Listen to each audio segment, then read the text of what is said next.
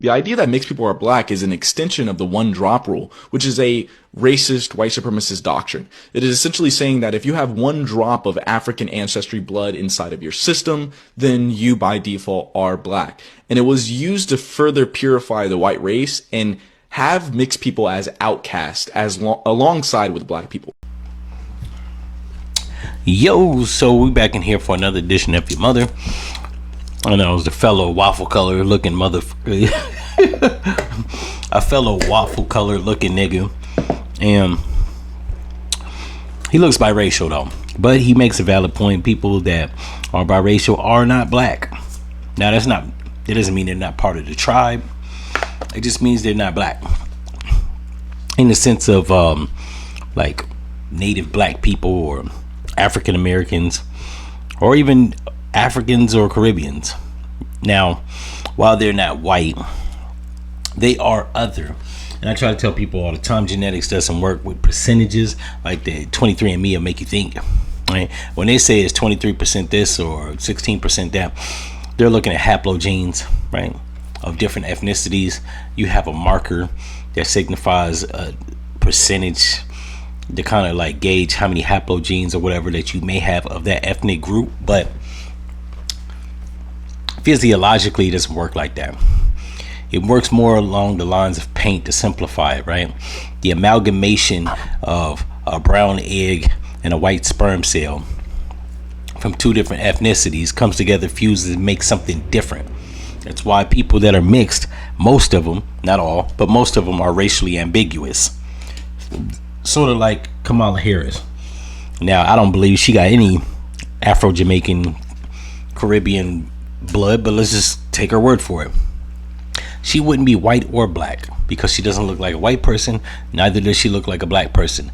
She looks like a racially ambiguous person, sort of like this nigga. He don't necessarily look black, but he doesn't look white.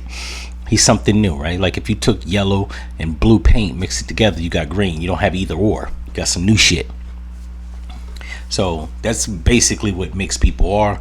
And him going through the whole one drop rule, I agree with him. That was actually a slave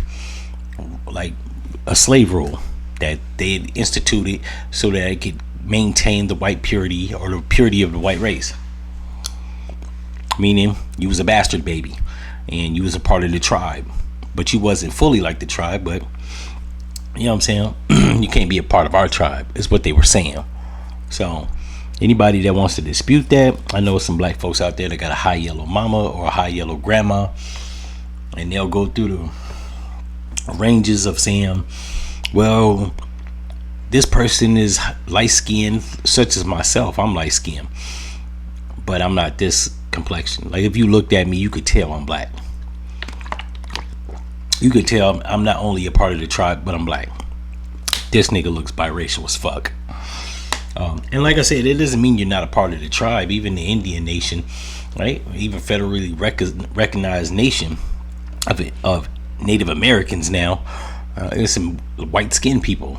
Everybody knows indigenous people aren't white skinned, but it doesn't necessarily mean you can't be a part of the nation. And then every now and again, even with black people, you have high yellow people that are born with no white interference. I got a god sister. She's lighter than me. Both her parents are darker than me, and they're pure black. That happens. But like we just gonna go off of mixed people, right? One of biracial, they aren't black. High yellow people are just light skinned. Black comes in different complexions. Biracial typically comes in only one, right? Fair skin, wavy hair, pink ass lips, beige ass skin. Which is nothing wrong with it because I got a little brother that actually looks like him. So I'm not trying to, you know what I'm saying, disparage anybody. I'm just making light of. In any event, if y'all like this episode, you know what to do, and I'm out.